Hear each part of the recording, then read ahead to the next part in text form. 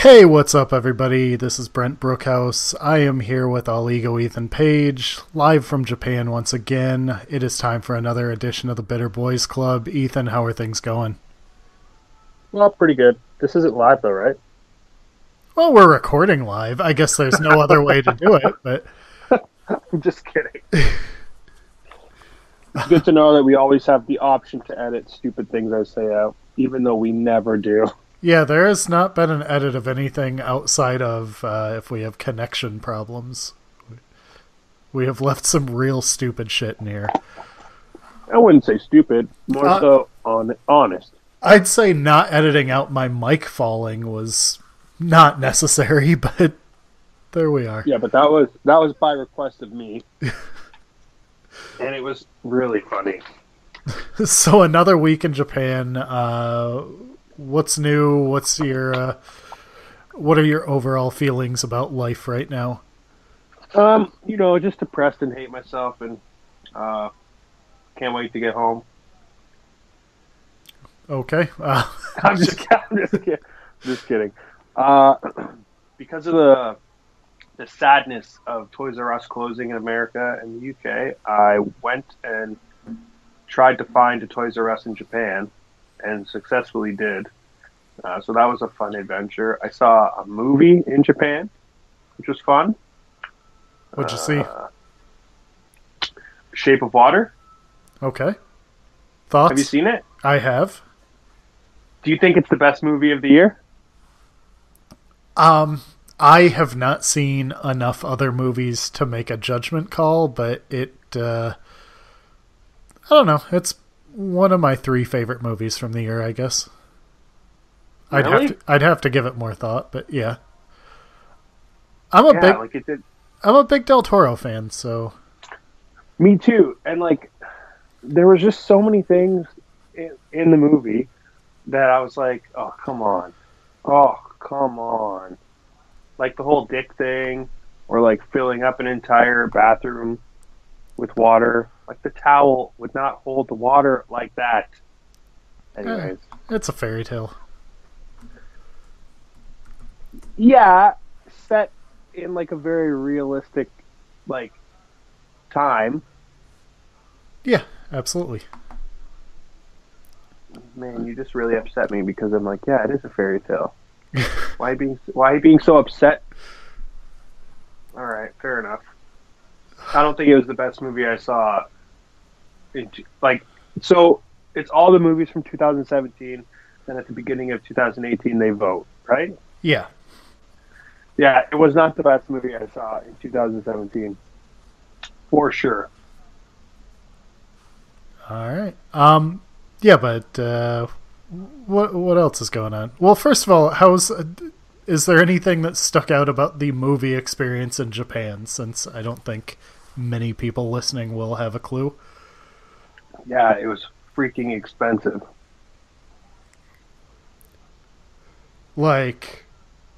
Twice as expensive as... Yeah, $20 to get a ticket to see a movie. Oh, wow. And Shape of Water, I found out, is on Amazon Prime. The moment I left the theater, I put a podcast on to take the train and get back to this shack I'm living in. And on the podcast, they were like, oh, yeah, Academy Award winner Shape of Water is now available on Amazon Prime. I was like, are you freaking kidding me? My Amazon Prime account is $9.99 a month. It cost me 1,800 yen, which is the equivalent to about $18 or $19 US, so about $22 Canadian for one ticket. And of course, I got popcorn and a drink. So it ended up costing me, which actually the popcorn and a drink was cheap. That was about $10. So I guess it balances out, because what I got at the theaters would have cost me $25 in Canada. All right. Fair enough. What else has been going on? Mike Bailey has moved into the shack with me for the foreseeable future. So that's cool. Is that making life a lot easier to have another native English speaker around? Oh, dude, so much easier. He showed me like so many different places to eat, a different gym to go to that is in walking distance and a lot cheaper. I wish he was here when I first got here. My life would have been a lot more enjoyable. Still like terribly cold in the shack. Not as bad as when I first came because the weather's changing. But yeah, it's still like I'll get a body chill at night because this freaking heater they gave me, every 3 hours it shuts off. So every 3 hours, all the heat escapes the room because there's no fucking insulation in here. It's literally just walls. Did I send you a video of what this place looks like? No, you did not. Oh my god. Okay, so I'll try and explain it. I don't know if I explained it on the last show, but it's two houses kind of pushed together, and you have to climb through a window to get to the other side of the house. But it's like a bay window. It's with a sliding. It's essentially a sliding door, but the gap in between the two houses is outside. Okay. So they're not actually connected. So air comes into the house from Mother Nature. So my door to leave the room is essentially outside. Huh. That's Yeah. real weird. And really hard to stop the cold from coming in and from the heat from escaping. So after 3 hours, this heater turns off. So I either have to wake up in a chill, or hopefully it's warm enough to just keep sleeping through the night. But 9 times out of 10, I'll wake up twice a night, every single night. All right. Damn. Yeah, it's kind of sucks. So I can't wait to get home and just sleep for a full 9 hours. And how much time do you have left? About 2 weeks. Wow. Damn. Feels like it's been quite 3 a while weeks. already. Yeah. It has been. All right. So, okay. So Mike Bailey's there. That's helpful. Still cold. You're getting around. How are things going in ring? Oh, great. I think I only had one show since the last time we spoke, which is another crappy part of it. But I've got 2 shows left, so I'm excited to do those. One of them is in Sumo Hall. The other one is in Corkin. So they're 2 pretty big shows, and good way to end off the tour. And I guess, has it, as far as the in-ring stuff goes, I know that was a big fear going down, and, you know, there have been issues with planning and stuff. How has the adjustment been over, you know, the weeks you've been there? Or do you feel more comfortable with everything now than you did, you know, the first week, or is it still just the same thing, just stretched out? Definitely a lot more comfortable, like a lot more adjusted, and it's a lot easier to like put the matches together, or even just like be in the locker room with strangers, because they're not strangers anymore.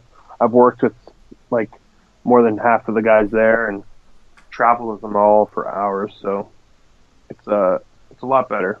I feel a lot more welcome, and I'm a lot more comfortable with like tossing ideas or shooting ideas down. It's good. All right, nice. So yeah, man, what you're blazing through. I expected you to have so much more going on down there, but oh, I got lots to talk about. Don't worry. All right, we'll shoot. Talk about something. Well, I'm pissed at myself because I didn't plug my Toys R Us vlog at all. So check that out. I was trying to segue into that and ended up ranting about Blackwater, or not Blackwater, The Shape of Water. So yeah, go check out my Toys R Us vlog, Toys R Us in Japan, youtube.com/Canadian Monster Mafia. I've been trying to vlog as much as I can. It's just so hard because all I have is my phone. So like editing on my phone is hard. Uploading with crappy Wi-Fi is hard. So it's pretty stressful to suck up all the Wi-Fi in the middle of the night while everyone is sleeping, attempting to upload videos to entertain my fans. What are you on, like a tight usage limit on this portable Wi-Fi? No, but I've used like 35 gigs since I've been here. That's honestly not that much. No, especially because like I have no cellular data, so I'm running my phone and computer off of this portable Wi-Fi. And like if I leave the house, I bring it with me because I need it for GPS and stuff like that. So it's running for me 24/7. Have you seen the Alpha One show that you Nope. missed yet? Oh, you still haven't seen it. All right. Nope. I got the main event sent to me, so I saw that, and 2 promos sent to me, so I could edit together one of my favorite videos I've ever edited to promote the main event for the iPay-per-view. I think it's the pinned tweet on the Alpha One Twitter. It's on the Alpha One YouTube page anyways, but it's awesome. So I got to work on that, which was very exciting. And what is that main event since it came up? Ricochet and Paige defending against MJF, and Stokely Hathaway is the special guest referee. And that is the pinned tweet on Alpha One Wrestling's Twitter, which is A1 Wrestling. Mm-hmm. And it's got over 1,000 views, so I'm happy about that. I'm just trying to get as many people to actually see like the storytelling aspect of Alpha One, and that we don't just do matches just to do matches, and there's always some kind of history or rhyme or reason behind what we do. Especially for us to do, like, we're trying to run this as close to a pay-per-view as possible. And I mean, I guess with the Powerbomb thing, what is the long-term goal for every show to be live on Powerbomb? No. And I wouldn't want it to be like that. Just because, okay, so I could probably make more money if I streamed every show live. Financially, it would be beneficial to me, but I am of the impression that less is more, and if we build to these big shows and actually make the streams seem like special pay-per-view events, and it might actually give fans a reason to buy the DVDs so that they can actually follow along until the next stream. So my hope is to actually end up making more money by captivating an audience enough to make them care to purchase the DVDs, to follow along, to be caught up 100%, not just by a hype video. Because we'll always have enough video content to update fans for every stream. But I'm hoping to only do that maybe 3-4 times a year. Okay, that's interesting. I see the logic, but, you know, as a fan, I'd like to follow along as easily as possible. And as a cheap fan, I'd like to follow along cheaply. Yeah, I just like, for me, I could see fans that live in the area would be like, oh, I could just follow this for $9 a month and just stay home. And our tickets are $15 if you get them in advance and cheaper. So I would rather avoid giving them a cheaper option to stay at home, because it's not the same, like, to watch a live stream instead of actually go there physically. No, it's definitely different. Hey man, Daniel Bryan's wrestling again. Yeah, how crazy is that? That's a thing that multiple people brought up on Twitter when we were asking for questions, so I thought I'd just throw it out now because, man, that makes me happy. Yeah, are those your overall thoughts on it? It just makes you happy? Well, I mean, I tweeted about it a little yesterday, and I've talked about it on here multiple times, but everything that happened with Flow Slam, like, hurt my enjoyment level of wrestling. Just because it was like, I had a job that when I took it seemed like a dream job, and then there were, obviously tons of issues. As a writer, I felt unfulfilled, whatever.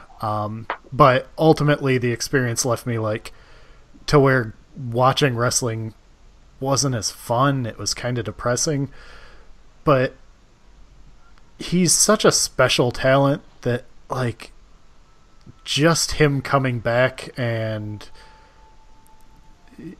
it motivated me to watch like a live WWE show that wasn't a pay-per-view. Like, I'll watch most of the pay-per-views live, and like TV I'll try and catch throughout the week. I'll catch up on it like an hour here, an hour there, whatever.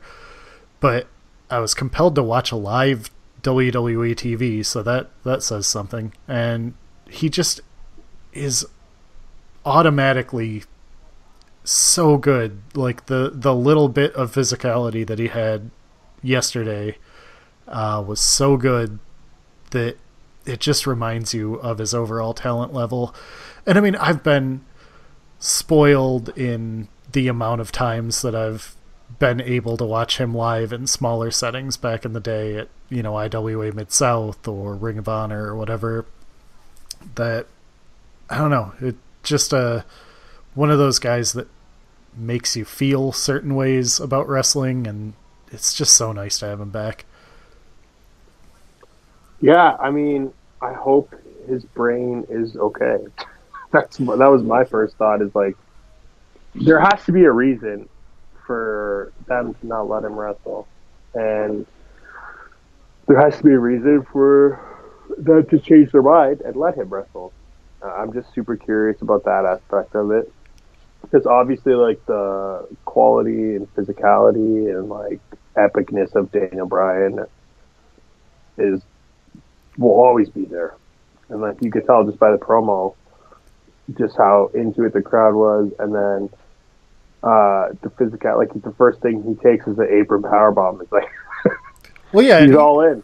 Even the first just like straight up back bump he took in ring from like the punch or whatever it was, I can't remember exactly, but he hit so hard that I was like, shit, did his head hit the apron? Like, supposedly he is changing his style, which is smart. But it's just, I don't know that he has the ability to, in the moment, not go all out. Yeah, like maybe no drop kick off the top where you land on your back and smoke your head on the apron, or the canvas. Yeah, diving headbutts, all that stuff can go. That would be good. He's so good that no matter what, he'll be fine. Like, he could, I don't want to say this because it's not laziness, but he could do nothing and the people would love it.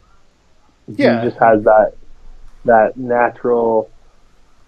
It's not even charisma. It's like the fans trust him.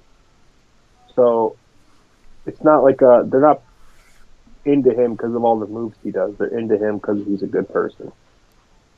Yeah, and I mean, it's more, like you said, more than charisma. It's like a relationship with the fans. Yeah, exactly. That exists. That's perfect word, relationship. Yeah, it's not that, everybody likes doing the yes chant and everything, but it's not about like catchphrases or anything. It's that he's like the realest guy. Yeah. Which is great. That's what you need in wrestling. So did relatability. So you did catch the segments and everything? I saw the promo, and then I saw gifs of Zayn and Kevin beating him up. Yeah, I mean, I wasn't sure because you last week dropped the surprise that you're actually excited to watch a wrestling show with WrestleMania, so I wasn't sure how far you went to catch everything. Yeah, no, I'm not in deep enough and don't have like the accessibility to watch any thing that in depth where I am right now. So I'm kind of just following along on like YouTube videos and Twitter. Gotta go with those Hulu shows. Yeah, I don't have a Hulu account. You get your SmackDown in like an hour and 20 minutes. It's the Really? Yeah. They edit it down to that? Well, they don't have to because of all the commercials and everything. It ends True. It ends up at like an hour 25. And then Raw tends to have a lot of stuff edited out, like I guess the whole final deletion thing with Hardy and Wyatt. I think that got left off Hulu. I'm not sure. Whoa, isn't that like a big deal? Yeah. It. How was it? I didn't see it. That's the thing. I only saw like clips from it and everything. You know, the having the weird Michael Cole thing where he apologized and called it stupid before it started is interesting. What? When Michael Cole sent the show to, you know, the final, or what was it? Ultimate Deletion? Is that what it was? I don't. Yep. Yeah, Ultimate Deletion. When Cole sent it to, you know, the setting for it, he said, think like, I'm sorry, this is stupid, or something like that. Obnoxious. That's what he said. Oh, okay. He said, what you're about to see is obnoxious. So. And then he had to apologize? I don't know that, or I don't think he apologized. I think it's, I think what I was saying was that they were almost like apologizing in advance about it. So okay. I don't know that they like trusted it, and that's kind of become the narrative about it is, you know, were they not 100% in on it? I guess people that like the Hardys, original, right? I guess for the most part, it seemed like they were okay with it. I wasn't a huge fan of the originals, outside of thinking that they were in their own way very funny. But yeah, I didn't go out of my way. But yeah, I'm looking right now, and it definitely was cut from the Hulu version. Damn. Well, if you have a Hulu account, that sucks. You could probably catch it on WWE's YouTube. I'm sure they have either half of it or the full thing up. But imagine that's why Jeremy Borash was hired. What, for that? Yeah. Okay. Yeah, that was actually like the first question that I had on the list, was if either of us had watched it and what we thought. And I have not seen enough of it to pass judgment, really. It looked a little... The concern I had before Hardy came back, or the Hardys came back, was that if they did this stuff, that WWE would overproduce it to where it would lose kind of its... Yeah, kind of gritty, low-budget feel. And then you get that weird thing where, like, sometimes a movie with a lot of money tries to look like a movie that has no money, but it still comes across too glossy. Like, that was my concern. And some of the clips I saw looked like it might have been like that a little bit. But I kind of want to watch it now, so... Yeah, now I'm curious because I'm talking about it. Now I'm wishing that I had watched it and had some sort of coherent thought about it. Yeah, me too. Yeah, that question had come from Top Rope Tony, who also said, love the promo for the match with Ricochet and Paige. Yeah. Do guys/girls need to get clearance before doing those? So, I want to say yes, most people should, but it's always cool when guys just go out and do it as a promoter. I'll talk as a promoter. It's always awesome when wrestlers go out of their way and just do it without being asked and then send it to you. I selfishly did not ask permission nor get it approved. I uploaded it to my personal YouTube page right away because I was genuinely offended that CZW is advertising a title match in late April, while I have a title match coming up with Ricky Mania weekend.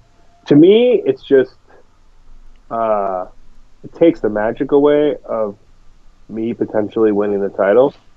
So it actually hurts our chances captivating the audience, and it made me so mad that I wanted to cut a promo to like counterbalance that and get people back invested in it. It seems so stupid and so like pointless. Yeah, But to me, it's part of the magic.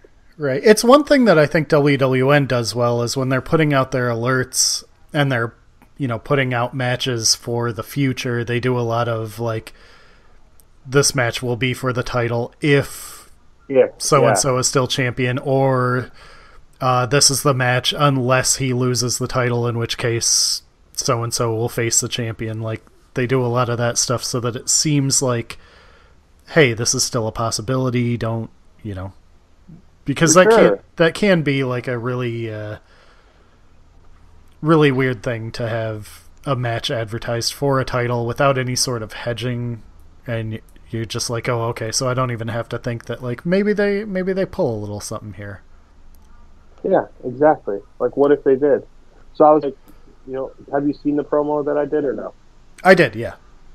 Yeah, so like I wanted to just be upfront and blunt as possible as to like why am I even getting a title shot. So I kind of gave a little history of like how well I've been used in CCW in such a short amount of time, and that because I'm a free agent I get to pretty much decide who and where and when I wrestle, and then at the end announcing that if I win the title I'm not showing up in April because I already have another booking. So like, if all of these things line up right and I do become the champion and I can get the job done, it's not like a secret that I'll be somewhere else. So I just tried my best to make sure that me and Ricky were put in a good position, a better position for our match maybe weekend. Yeah, and I mean, I would assume that from a promoter standpoint, if you just have a show that's like, every month I put on a show that's just straight matches, and I would assume it's a little easier to just be like, yeah, if somebody wants to throw together a promo video, that's fine. But somebody like you who has long-term storylines probably wants to at least see it before it goes up to make sure that it's in line with all the story and world building you've done. Yeah, but yeah, exactly. I'm in a lot different scenario because I put a lot more thought into the long term and like where I'm going to end up in 6 to 8 months.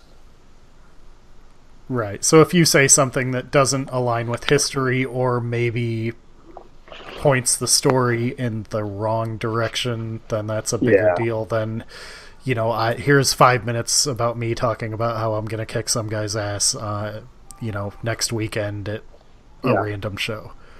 Yeah, exactly. All right. With your tour in Japan coming to an end, what's been your highlight and what will you miss? I'll miss the fact that I have to walk everywhere. I secretly enjoy it, even though to get off my shitty little tiny bed that hurts my back, I am like, ugh, do I have to start walking?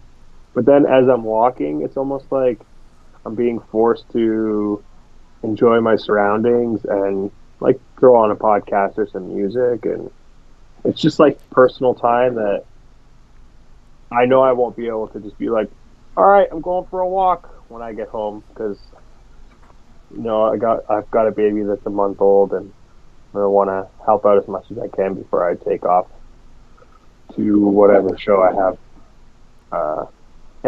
It's a strange thing that I'll miss, but just being forced to walk everywhere. And the highlight? The highlight, the wrestling for sure, and the tourism. Obviously, going to Disneyland and Disney Sea will forever be two cool things I got to do because of wrestling. So yeah, those two. Speaking just the of wrestling, yeah. I was going through your Twitter feed because a thing that happens on the show way too often is you mention something from Twitter and I haven't seen it and it looks really dumb. You were pretty high on the whole Indiana Jones ride. Oh man, yeah. So it was my favorite ride of the whole like 2 parks. And I know it's an older ride and that it's the same ride from the one in California, but I've never been there. So to me, this is like a debut, and I was so into it. I loved it. All right. Yeah, I have not been to Disneyland in California, and obviously... Well, I am going to wait to go because Marvel is opening an entire section in Disneyland, Disney Hong Kong, and Disneyland Paris. Yeah, that is the deal. It's about 20-hour-old news, I believe. Yeah, pretty new. Yeah, so that is a thing that I'm, it's 2020, I believe, is when they're looking to start rolling stuff out, which, my kid the youngest will still be a little on the young side, but, I can start. Oh, I for sure won't go as soon as it's open. Right. I've been dying to go on the Guardians of the Galaxy ride, like dying, just for that ride itself, and I still haven't been able to go. And same.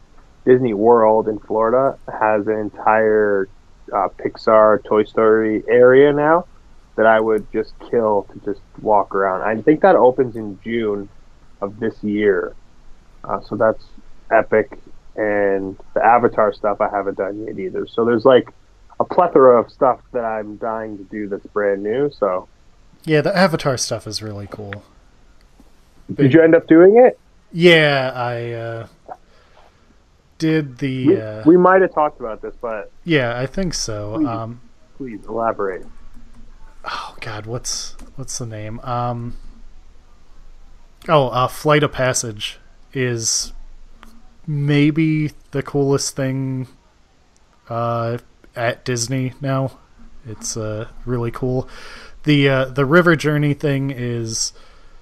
I don't know, it's pretty chill. My kid liked it, so... but the whole area is so, like, amazingly done. And it's super weird because, like, who actually really strongly cares about Avatar at this point, but going there is a different thing. Oh, dude, I heard that, like, this at night, it's a completely different place, too. Oh, yeah, when it gets all lit up and stuff, it's pretty awesome. That's wild. They don't even own the rights to it, do they? Like, it's not a Disney movie. No, they just partnered with Cameron. So cool. Because Indiana Jones isn't even a Disney movie, is it? Is it George Lucas thing? Yeah. Yeah. Wade yeah, but they bought Lucasfilms. Yeah. So would they get Indiana Jones? I would think so. All right, we should Google this before I just start talking. I'm Googling it right now. All right, awesome. You're so good at your job. Yes, they do own rights to the Indiana Jones intellectual property. However, Paramount owns the distribution rights for the film series. Oh, okay, that's fine. So they get the rights to do merchandise and rides and stuff? Yeah. Oh, that's cool. All right, so Wade Buswell says, what's the first thing you're going to do when you get back to Canada? And then he said other than the easy answers, but let's start with the easy answers. Honestly, probably stop at like some food place that I really like on the way home and cuddle my kid and talk to my wife and just hang out, probably. Like very first thing. And laundry, because I've been air drying my laundry here, and it sucks because it's all crusty ass clothes. So can't wait for that dryer with the fabric softener. Oh, my nipples are so excited. Um, for a long time, Taco Bell was a staple of the show. Is this the longest you've gone with Taco Bell in your adult life? Honestly, it might be the longest I've gone without pizza, Taco Bell. Yeah, I would say so. Yeah, safe to say. There's got to be some sort of pizza option around you, right? Yeah, but I'm like self-torturing myself and waiting till I get home. What was the name of that steak place that you tweeted about? Was it Steak Good? No, no, I walked past the sign. To kill time before Mike Bailey got here, I would literally just pick a direction and walk for an hour and a half and then see what's up. And I walked past this place. I have to find out what it's called because it was actually the best steak I've ever had.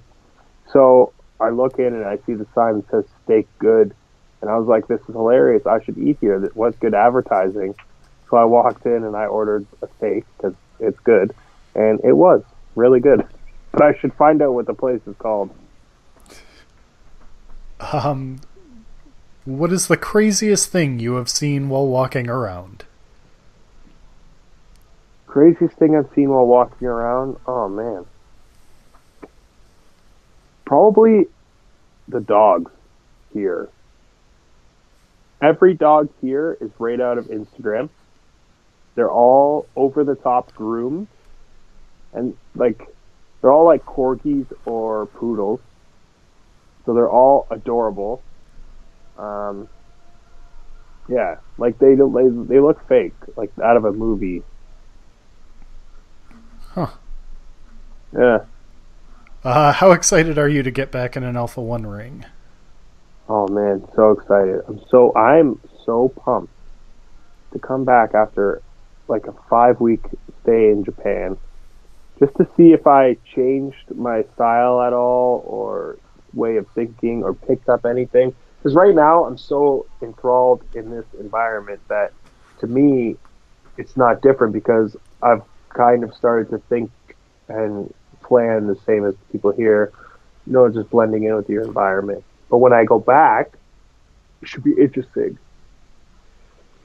Do you have any desire to keep the more straightforward wrestling approach when you come back, or is it kind of get back into the character that people expect?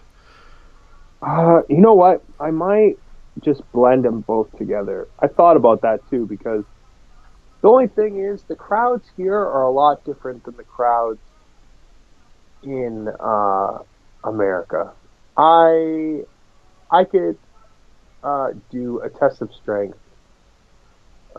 in Japan for a minute, and people are losing it because I'm a very large man here. So to watch me struggle and fight in a test of strength with a guy close to my size is like a spectacle. Whereas if I went back to America and tried to do that, I'd probably get like a boring chant. Yeah, probably the second you put your hand up for a test of strength. Yeah, so it's like it's very strange. It's very, very strange. It's a different world here, man. Like, I'm doing chain wrestling. Like, what the fuck? But yeah, like, it's like, I, my personality, I could easily just be like, well, fuck it. I like this. I'm gonna bring it back to America, and I'm gonna do it there. But I also like money and success a lot, so it's like, do I just succumb to what I know works and will line my pockets, or do I feed the artist? And, so that's why I think a little blend of both. Because I actually enjoy physicality in the wrestling part of professional wrestling. But I know that my strong suits are always going to be promos and characters and stuff like that. Right. Wade asked, Brent, are you going to come to the April 15th Alpha 1 First Eye pay-per-view? And no, unfortunately. It is on my short list of wrestling things to do to get to an Alpha 1 show, but we're getting to the point where April 15th is too close to a potential birth for me to be traveling like 9 or 10 hours or however far it is, so probably not that show. Sometime in the near future, though. Sweet. Canada will welcome you with open arms, I'm sure. It usually does. It's usually the United States that doesn't welcome me so much at the border. Why did you even go there? Yeah, there's a lot of that. We used to drive to... Well, we still do drive to Massachusetts a lot because that's where my fiance is from and where her family is and everything. And, you know, you can cut through Canada and take a little bit of time off that drive, but every time that we would do that, getting back into the U.S., they'd be like, well, why did you go through Canada for this drive? It's like, because it's shorter. And then they would just look at you super weird and, like, want to search the car, and it was always a mess, so we don't even bother anymore. All you got to do is just pull up that Google Maps and be like, see, option 1, shorter distance. Option 2, waste of time. Oh, I've done it, and they just don't care. That's hilarious. Yeah, it's really obnoxious. And then I didn't realize the first time that we did it with my daughter in the car that they want a birth certificate for a child and all that stuff, so yeah. Thoughts on the movie Iron Giant? Oh, it's good. That's a strange question. Yeah. I'm assuming Ready Player One, the movie coming out, has Iron Giant in it, so... Yeah, that could be why, but it's it makes me cry, so there's that. I have not yet exposed my daughter to it because I don't want to watch it and cry, so... Oh, really? Yeah, man, Iron Giant gets me. Damn. Mean Gene or Howard Finkel?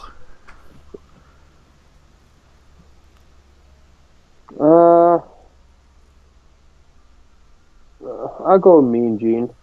Yeah, same here. More memorable. Yeah. One's an announcer, the other is backstage interviewer. Yeah, Mean Gene just did a lot more. So yeah. Favorite legend you have worked with? Asking both of you. You can start us off. Man, I don't know that I've really worked with anybody I'd consider a legend. Wow, thanks, bro. I helped Dan Severn put together a ring once. Oh, there you go. That's tough. There's a lot of guys that I've had really good experiences with. What does he mean, like in the ring or just on a show with? I don't know. I mean, I guess technically I worked Battle Royal on a show that CM Punk was in when I was like 19. Whoa, that's cool. Yeah, that's something. Man, I don't know, man. That's so tough. I haven't really had that many bad experiences with guys that we would consider legends. Like Hacksaw Jim Duggan was awesome. Bushwhacker Luke was awesome. To me, I'm thinking like older generation. Yeah. Yeah, we'll go with those two. All right. Let's see. Oh man, I lost my place here. This kind of follows up on that. Have you ever met your childhood hero? I met Mick Foley on the 18th this month. He was super nice to Megan and I. No, I've not met The Rock. I've told the story before, but I grew up with my grandpa getting me into boxing, which, you know, kind of turned into a career because I wrote about boxing, then MMA, then wrestling, and preaching how great Muhammad Ali was, having me read books about him, showing me his fights, and yeah, I've met him multiple times, so I'll take a yes there. Yeah, you're very lucky. Have you seen any Japanese hardcore matches yet? No, not yet. This is maybe my favorite Wade Buswell question ever. Would you rather wrestle Josh Alexander in front of 30,000 people or The Rock in front of just your family? Oh, yo, that is a good-ass question. Yeah, it's a tremendous question. The Rock. Okay, why? Because I have a lot of family, so there'll probably be about 500 people there. Your family knows you, though. 30,000 people is a lot of exposure. Who gives a shit? It'll be on Twitter by the end of the night. That'll be I guess you. Exposure. I guess you could just have somebody live stream it on a phone. Yeah, or Powerbomb TV, empty arena match versus The Rock. A semi-empty arena match, first row only.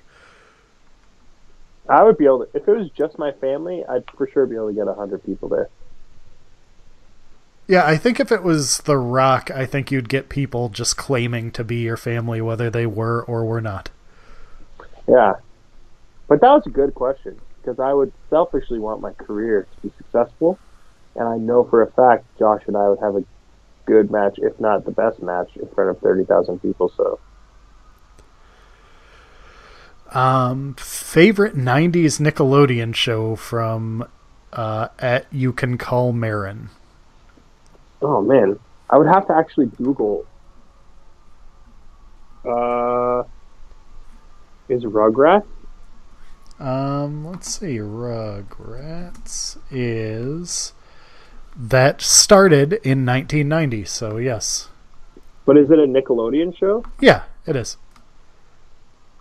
See, Nickelodeon is not Canadian. YTV was our Nickelodeon.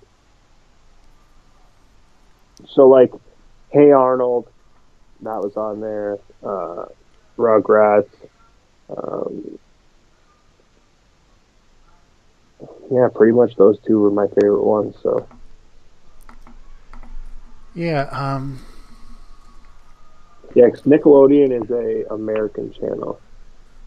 Yeah, because I'm, like, having a bit of a toss-up between if I'd say, like, The Adventures of Pete and Pete, or Salute Your Shorts, or Hey Dude.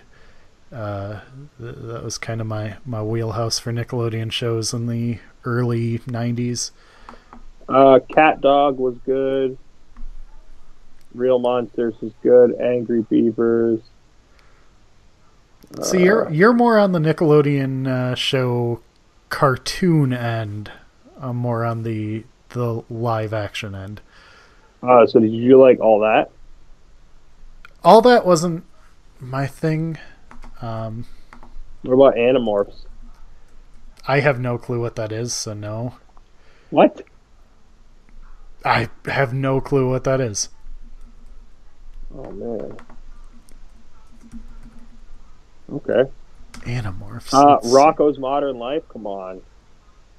I mean, yeah, I definitely watched plenty of stuff like, you know, Rocco's Modern Life and Rugrats and all that, but... Are you Afraid of the Dark? Oh, yeah, Are You Afraid of the Dark was a big one. Oh, Ren and Stimpy? Yeah, absolutely. Doug? Oh, yeah, there's a lot of good shows out there. Yeah. If I had to pick my favorite, I would have to probably go with Rugrats, just because of my age at the time. The 90s. I was born in 89, so I was watching Rugrats as a kid, and then it stayed on air forever, so yeah. All right, well, that wraps up all the questions we got, and got a couple minutes left to plug all your stuff. Sure, yeah. Please check out my YouTube channel, youtube.com/Canadian Monster Mafia. I have 4 new videos out since I've been in Japan. One vlog from Disneyland, another a vlog from Disney Sea, my promo for my upcoming WrestleMania weekend match against Ricochet and Paige, and a vlog toy hunting in Japan / Japanese Toys R Us / going to the movies. So check that out. My Twitter is at officialego, Instagram at official_ego. And if you feel like supporting me while I'm here, please do at prowrestlingtees.com/Ethan Page. And please sign up for Powerbomb TV. If you sign up now, you might not get the iPay-per-view for free. So if you wait a couple days, you sign up with promo code ALPHA1, ALPHA, the number 1, you get 20 days for free, which includes live streams. So you can check out Alpha One Wrestling on April 15th, streaming live on Powerbomb.tv, featuring myself versus Joshua Briggs for the Southside World Heavyweight Championship. Josh Alexander versus, and I'm sorry, Martin Stone will not be there after we announced it last week. It is now Simon Grimm, which is still going to be awesome. So check that out. Kobe Durst taking on Chris Dickinson. Crap, we didn't even announce that yet. Hey, whatever. Guess what? Kobe Durst is taking on Chris Dickinson. Yeah. And then we've got a big 5-way match that got announced today on Twitter, which, when this is out, might be yesterday. Anyways, go to Alpha One Twitter. Check out the media. We're trying to get as many videos as we can to promote this big, to us, what is a pay-per-view. So, alpha-1wrestling.com for tickets and information. Check it out. Yeah, I'll throw you a little bit of a tip. If you sign up on Monday, March 26th, that will get you the 20 days to the Alpha One pay-per-view. There you go. And I am Brent Brookhouse on Twitter. You can read my writing at bloodyelbow.com and cagesideseats.com. Cageside Seats are the good people responsible for this podcast even existing. Earlier this week, my latest went up there suggesting that WWE use Ronda Rousey as a springboard into intergender matches. So that made people mad. So go read that. And yeah, make sure to subscribe on iTunes, Stitcher, whatever podcast platform you use. Please leave us a rating and a review. That does huge things for our positioning and making sure that more people find us and listen to us, and gives us even more reason to keep going. So that will do it for this week. Hey, hang in there, man. Just a couple more weeks and you get to see your family. That's pretty awesome. Yeah, I know. I literally can't wait. All right. Have a good week. You too, man.